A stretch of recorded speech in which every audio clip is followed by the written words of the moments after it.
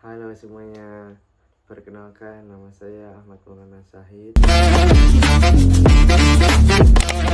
Dalam video ini saya akan menjelaskan sedikit tentang evolusi komunikasi dari zaman purba hingga zaman modern yang kita kenal dan sedikit penjelasan teknologi pintar yang biasa kita sebut AI.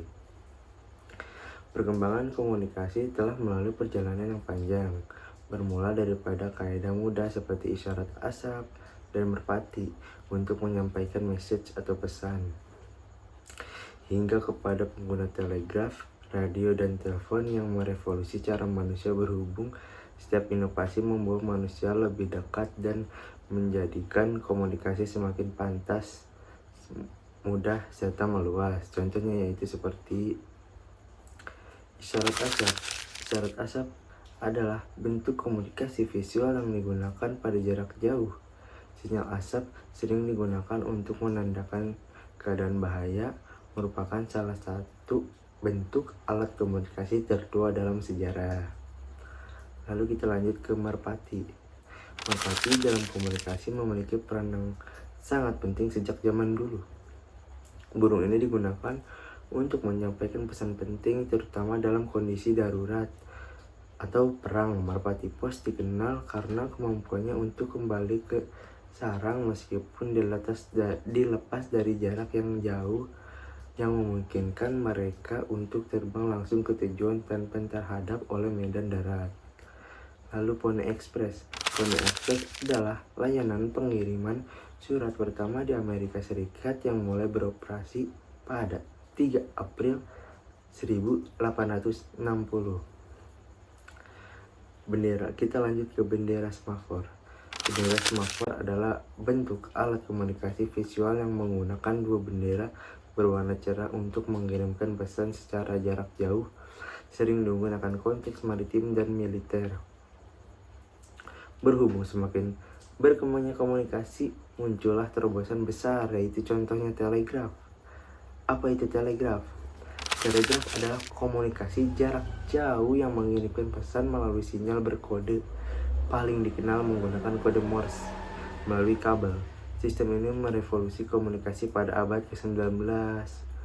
Kita lanjut ke radio. Radio adalah media massa berbasis suara yang menggunakan gelombang elektromagnetik untuk mengirimkan informasi, berita, dan hiburan ke pendengar secara luas.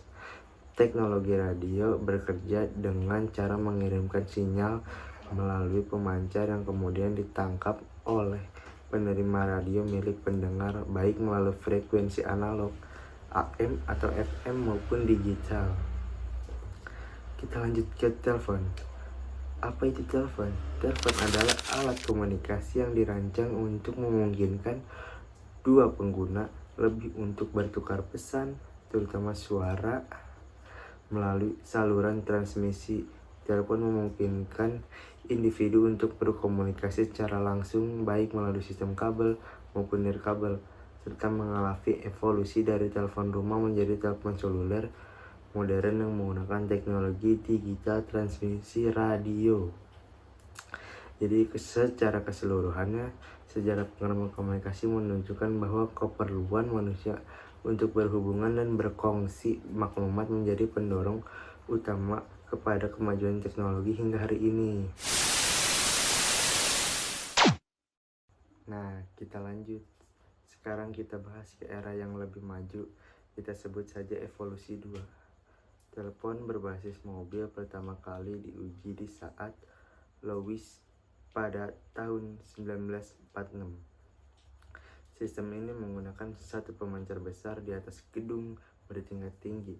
Saluran tunggal digunakan untuk mengirim dan menerima, mirip dengan sistem setengah duplex.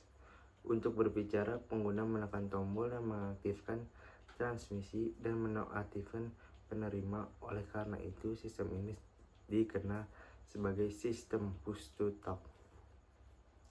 Kita lanjut ke era sistem komunikasi 1G. Adalah generasi pertama jaringan seluler yang menggunakan transmisi analog untuk panggilan suara saja. tanpa kemampuan mengirim SMS atau data. Teknologi ini muncul pada akhir 1970-an dan awal 1980-an. Dengan kualitas suara yang kurang baik, kapasitas terbatas, dan kemampuannya yang rendah karena rentan disadap. Beberapa standar utama yang digunakan adalah AMPS, Advanced Mobile Phone System. Kita lanjut ke sistem komunikasi 2G.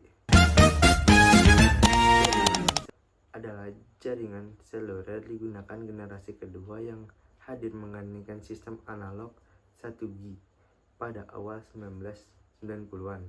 Teknologi ini memungkinkan pengirim dan penerima dan digital pertama kali yang memungkinkan layanan seperti SMS, short message service, dan panggilan suara yang lebih jernih serta aman karena enskripsi digital. Lalu lembaga yang menaung bernama ETSI, European Telecommunication Standard Institute, yaitu standar telekomunikasi yang berbasis di Eropa. Lembaga ini mengembangkan sistem komunikasi seluler generasi kedua 2G yang dikenal dengan nama GSM pada akhir 1980-an. Kita lanjut ke sistem penerusnya, yaitu sistem 3G. Adalah standar telekomunikasi seluler nirkabel yang memungkinkan transfer dan berkecepatan tinggi untuk berbagai aplikasi multimedia seperti video call dan internet browsing. Berbeda dengan 2G yang hanya fokus pada suara dan data sederhana, 3G menggabungkan layanan suara dan data melalui jaringan sama dengan efisien dan kecepatan tinggi, dengan data yang bervariasi antara 144 kbps hingga 2 mbps tergantung mobilitas pengguna. Melalui penelusuran web, pengembangan 3G sistem telekomunikasi seluler universal menggantikan SDG pada tahun 1999. Sistem ini menggunakan wideband CDMA WCDMA untuk membawa transmisi radio, dan sistem ini sering menggunakan wideband CDMA untuk membawa transmisi radio. Kita lanjut generasi penerusnya, sistem komunikasi 4G.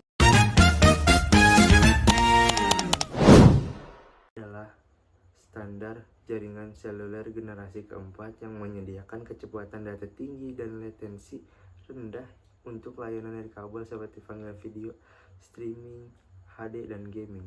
Teknologi ini menggunakan arsitektur berbasis IP dan mengimplementasikan teknologi seperti LTE, Long Term Evolution, untuk memberikan peningkatan signifikan dibandingkan pendahulunya, yaitu 3G. Kita lanjut generasi penerusnya, 5G atau 5G.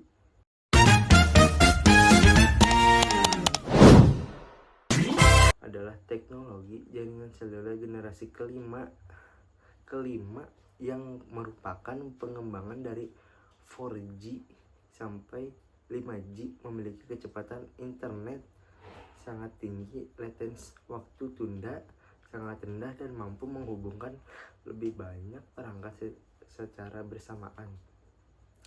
Teknologi ini mendukung perkembangan Internet of Things (IoT), kendaraan otonom, realitas virtual atau VR, serta komunikasi super cepat di berbagai bidang seperti industri, kesehatan, dan pendidikan. Kita lanjut ke konvergensi teknologi integrasi komunikasi dan data.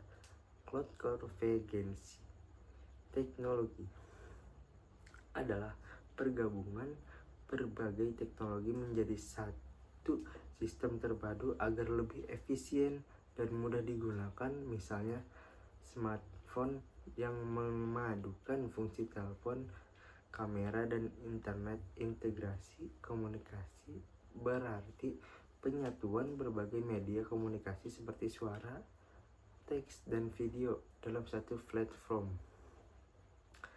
Contohnya aplikasi Zoom atau Microsoft Teams. Data cloud adalah teknologi penyimpanan dan pengolahan data melalui internet sehingga dapat diakses kapan saja dan di mana saja. Ketiganya saling terhubung. Konvergensi teknologi menciptakan perangkat multifungsi integrasi komunikasi menghubungkan antar platform dan data cloud menjadi pusat penyimpanan serta akses informasi digital. Kita lanjut generasi AI. Pada periode 1980 sampai 2010, kesehatan buatan AI mulai berkembang pesat. Setelah masa AI winter pada awal 1980-an, muncul Expert System, program komputer yang meniru kemampuan pakar manusia untuk memecahkan masalah tertentu seperti medis dan industri. Memasuki ke era pada tahun 1990 sampai 2000-an, AI semakin maju dan dengan hadirnya machine learning atau pembelajaran mesin, yaitu kemampuan komputer belajar dari data tanpa harus diprogram secara langsung. Kemajuan komputer, internet, dan big data juga mempercepat perkembangan ini. Menjelang 2010, AI mulai digunakan dalam keadaan sehari-hari seperti pengendalan suara, gambar, dan rekomendasi otomatis di internet menjadi fondasi bagi AI modern yang kita kenal sekarang. Kita lanjut ke AI. Sejak tahun 2020, kecerdasan buatan AI berkembang sangat pesat menjadi bagian penting dalam keadaan manusia. AI kini digunakan dalam berbagai bidang seperti kesehatan, pendidikan, bisnis, transportasi, dan hiburan. Teknologi seperti machine learning, deep learning, dan big data membuat AI mampu menganalisis data besar, mengenali pola, dan membuat keputusan secara mandiri. Contoh persiapan AI saat meliputi asisten virtual seperti ChatGPT dan Siri, mobil tanpa pengemudi, sistem rekomendasi online, serta deteksi wajah dan suara. AI juga berperan besar dalam otomasi pekerjaan dan transformasi digital global. Dengan perkembangannya ini, AI tidak hanya menjadi alat bantu tetapi menjadi inti dari inovasi teknologi modern di era digital. Masa depan teknologi diarahkan pada integrasi kecerdasan buatan AI dan sistem komunikasi modern. AI akan membuat proses komunikasi menjadi lebih cerdas, cepat, dan personal karena mampu menganalisis data, memahami bahasa manusia, dan menyesuaikan secara pesan otomatis. Dalam komunikasi, AI digunakan untuk menerjemah otomatis chatbot, asisten virtual, analisa media sosial, serta komunikasi antar perangkat LUT. Dengan dukungan jaringan 5G dan cloud computing, integrasi ini akan menciptakan komunikasi real time tanpa batas baik antara manusia maupun mesin. Ke depannya, teknologi ini akan membawanya masyarakat menuju era komunikasi cerdas, di mana informasi dapat dikirim, dipahami, dan direspon secara instan oleh sistem yang saling terhubung. Oke, mungkin cukup penjelasannya. Cukup sampai di sini. Oke, segitu saja yang bisa saya sampaikan. Kurang lebihnya mohon maaf. Wabillahi taufiq wal hidayah. Wassalamualaikum warahmatullahi wabarakatuh.